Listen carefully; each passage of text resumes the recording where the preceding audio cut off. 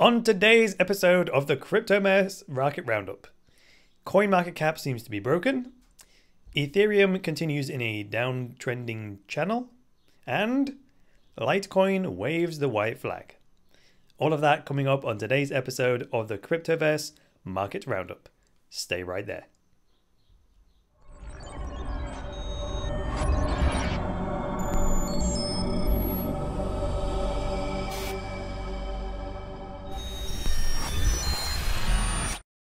So you're paranoid about the security of your cryptocurrency, and you want to buy a hardware wallet so you can keep your money safe. But which hardware wallet should you buy? Well, the crypto hardware wallet Superstore has written a free buyer's guide especially for you. Check it out today by clicking on the link in the video description below. Hi there guys, and welcome to the latest episode of the Cryptoverse. Your regular dose of news and commentary on Bitcoin, cryptocurrencies and blockchains. I'm your host, Chris Coney. I'm also the founder of Cryptoversity, the online school where you can learn about Bitcoin, cryptocurrencies and blockchains. You can find out more about that at cryptoversity.com. So this is the Market Roundup show. Oops, I've gone and messed my thing up there. There we go. This is the Market Roundup show where we look at the markets and we do some chart readings. Now today, if we look at CoinMarketCap, we will see it's broken. Unfortunately, the data feed seems to be broken. So I've looked at a few backup sites that I keep in my bookmarks, but their data either isn't consistent with CoinMarketCap, or those sites have exactly the same problem as CoinMarketCap, in that their data is not coming through. So to avoid breaking the consistency, I'm going to skip the market roundup for today.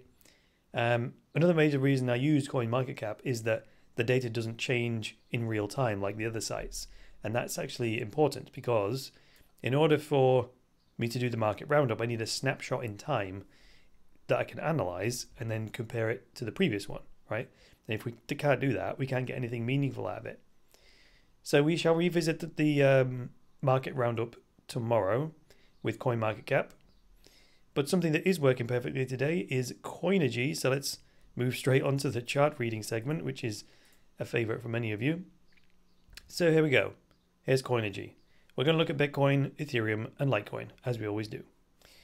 Beginning, of course, with the old Bitcoin. So following on from yesterday's analysis, you know that line, the level of 2190. It ended up actually being very good support for the day, which is right there. The two lows are touching that Fibonacci retracement line at $2190. And we also made it back up above 2300, so that's not the problem right now. The problem right now seems to be the 50 EMA. So you see that gradually bending moving line there. That's the 50-day exponential moving average. And look at the interaction between yesterday and today, and actually the day before that. The high of that day, 2 days ago, is also touching on that underneath it. So this was previously acting as support in conjunction with that 2300 level. And it's now acting as resistance, as you can see right there. So there's support from a couple of weeks ago, and now it's resistance, which is the way support and resistance works, right? In addition to that, Bitcoin remains squarely in no man's land, but it's close to escaping if it can break that 50 EMA. From a broader perspective, Bitcoin it's set a couple of lower highs. It's like here, here, and here, but it's failed to set lower lows thanks to that support that it found at 2190.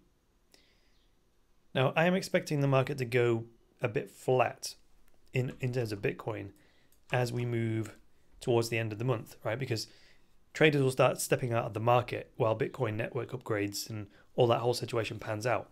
That's what I think will happen. In terms of how that's going to go, though, it looks like we're getting SegWit one way or another. Whether it's SegWit 2x that activates, or whether it's the user-activated soft fork or hard fork or whatever, SegWit seems to be common to most of them, right? Other than Bitcoin Unlimited, which isn't looking likely at all. My gut feeling is that it's going to be SegWit 2x that's going to win out, and I don't think the chain is going to split. So that's just my excuse me. That's just my gut feeling on that. Right, let's move on to Ethereum now. Let's go for Ethereum against the US dollar. Here it is. Let me just set my screen up so you can see it on YouTube here. So Ethereum did end up bottoming out at $169 yesterday. If it had fallen further, then for me it would have been 154 for the bounce, which was that next Fibonacci retracement level down there. The other key level of interaction is 210, which is the level up from that in terms of Fibonacci retracement lines, which the market has been dancing around this for the last 4 days now. You may have noticed that I deleted my medium-term trend line, which was an ascending trend line, and I've now replaced that with a very nice descending channel, as you can see right here. Now, a number of lower highs and lower lows with Ethereum, unlike Bitcoin, and the most recent one being 2 days ago. So this is the new low, if you like. So there's a low, there's a lower low, and there's a even lower low. And same again, lower high, lower high, lower high. So that's how come I can draw such a perfect channel, and that is like a textbook downtrend, lower highs and lower lows. And also the 50 EMA is starting to turn as well now, because Ethereum has been in a short-term downtrend for long enough. Now Ethereum is also slap bang in the middle of no man's land, so that's hands off as far as I'm concerned. No trading, so hands off as far as trading goes from a trading point of view. But if I were to pledge to an ICO, I would still buy some Ethereum because I would only be holding that Ether for maybe a few hours before actually pledging it to the crowdfund. So I wouldn't worry too much about that. So that's purely in terms of short-term in and out trading, right? If it's in no man's land, I personally don't trade it.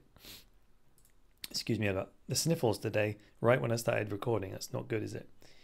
It's the plight of live TV. Moving on to Litecoin then. Here's Litecoin plotted against the US dollar. You might see that if you're following on from yesterday, this looks nicer than yesterday. Now, Litecoin seems to have found a new home around $45 recently. It's actually slap bang in the middle of my yellow channel between $40 and $50. And you know, according to the data from Bitfinex, this is not the first time that Litecoin has hit $50. If I'm going to look at it right now because it's right back at the 27th of November 2013, it hit a high of $55. So it might be worth me drawing a horizontal line from way back then and extending it all the way to the right over 2 years to see when it interacts with that more recently. Actually, that most recent high there at the top of the flagpole, the high on that day was like $55, and the day after that it was $55.47. So more recently, that's set a new all-time high for Litecoin at 47 cents higher than the historic high. So that's kind of interesting. So there's no surprise it went up to $55 and bounced back, because that was the previous historical high. So what else did I want to say about Litecoin here? The thing about that $55 from way back in 2013, granted that was right after Litecoin started trading on Bitfinex, but I still think it's worth plotting that line at some point. All in all though, I need to zoom a little bit out to see Litecoin's bigger picture here. That should do it. So all in all, Litecoin's uptrend is still well intact. It's setting higher highs. You see there's a high there. That looked like a double top, but it didn't pan out. That's a higher high. That's a higher high. And then higher low, higher low, higher low. So that's kind of the complete opposite of Ethereum, if you like. It's a textbook uptrend. So the most recent higher low was actually 2 days ago. So zooming back in again, there where we hit $40, and it's actually forming the bottom of the flag there. That was the most recent higher low, if you follow me on that one. So what I'm hoping for now is an upswing as we enter a new phase one that sets a new higher high. So like these two waves here, this wave, this is sort of a, well, it's not really this one's not really a flag because it didn't, I suppose you could draw that as a flag. We didn't see it at the time, but like flagpole consolidation down into phase two and a phase one and a phase two. So if this continues, then we go in for another wave in phase one, which should break that higher high if it was going to continue that uptrend. So it would have to break 55.50 to set a higher high in terms of the price cyclicity, if you follow me on that. And also, I've redrawn the flag from yesterday with some proper tools. I did it live on the air yesterday. I didn't have time to really perfect it, but I've actually used a parallel channel tool now and I've thickened the lines. So here's the flagpole, here's the actual flag itself. And what I would like to see here, the perfect trade setup for this would be, so we talked about $40 being a great protection for stop losses. And actually there's a Fibonacci retracement line there as well. So putting a stop loss behind this level would be the safest place, right? So what I want to do is that if the price came right down here to the end of the flag, and then we entered on the break of the flag, the trade would be what I would call very compressed. So the risk in terms of the number of points or the number of cents would be very tight in between the stop loss and the entry point. Now the reason that's important is because it limits the risk to the maximum. If it breaks out and then it fails and turns around and hits the stop loss, we're only risking maybe, I don't know, I haven't measured it, but maybe it's $1 worth of points, like 100 points in terms of the trade sizing. The benefit of that, because we always want a asymmetric risk reward, is that the target for that trade will be back up here at $55. So if we calculated the distance between the breakout of the flag and the profit target and compared that to the number of points of risk, it would be ridiculous, right? It would probably be like 10 to 1 reward to risk ratio. So that is a real good trade, right? If we lose 1 unit of value. If we win, we potentially win 10 units of value. And that's why I keep talking about consistency. If you ran that 10 to 1 ratio enough times, well, you could lose 4, 5, 6 trades out of 10 and still make money overall, right? So that's the key. So that's why we use technical analysis. I said this the other day. People decry technical analysis as not all it's cracked up to be. Well, technical analysis forms one component of a trading system. So you need trading strategies, you need a trading plan, you need risk management, you need trading rules, you need all that kind of stuff in order for it to work. And technical analysis is one component of that. But you can't just take it in isolation. You need to structure it somehow in a trading plan with trading strategies and all that kind of stuff. So yeah, you can't take technical analysis out of context and then scrutinize it like that, because it's a tool. And like any tool, it's useless on its own if it doesn't have an application in some way. And even a hammer, if you put it as part of a toolkit, or even a single socket wrench, a single socket is pretty useless unless it's in the full set. Then you can really do something. You can take a car apart with it, right? But one single socket ain't going to get you anywhere. And technical analysis will buy like one of the single sockets amongst the toolbox. So that's just a quick metaphor I came up with to defend the validity of technical analysis there. Okay, so that's all I've got for you today. Thank you very much for joining me today, guys. If you liked this episode, hit the like button. If you disliked it, hit the dislike button. Please leave me a comment below with some feedback and get subscribed.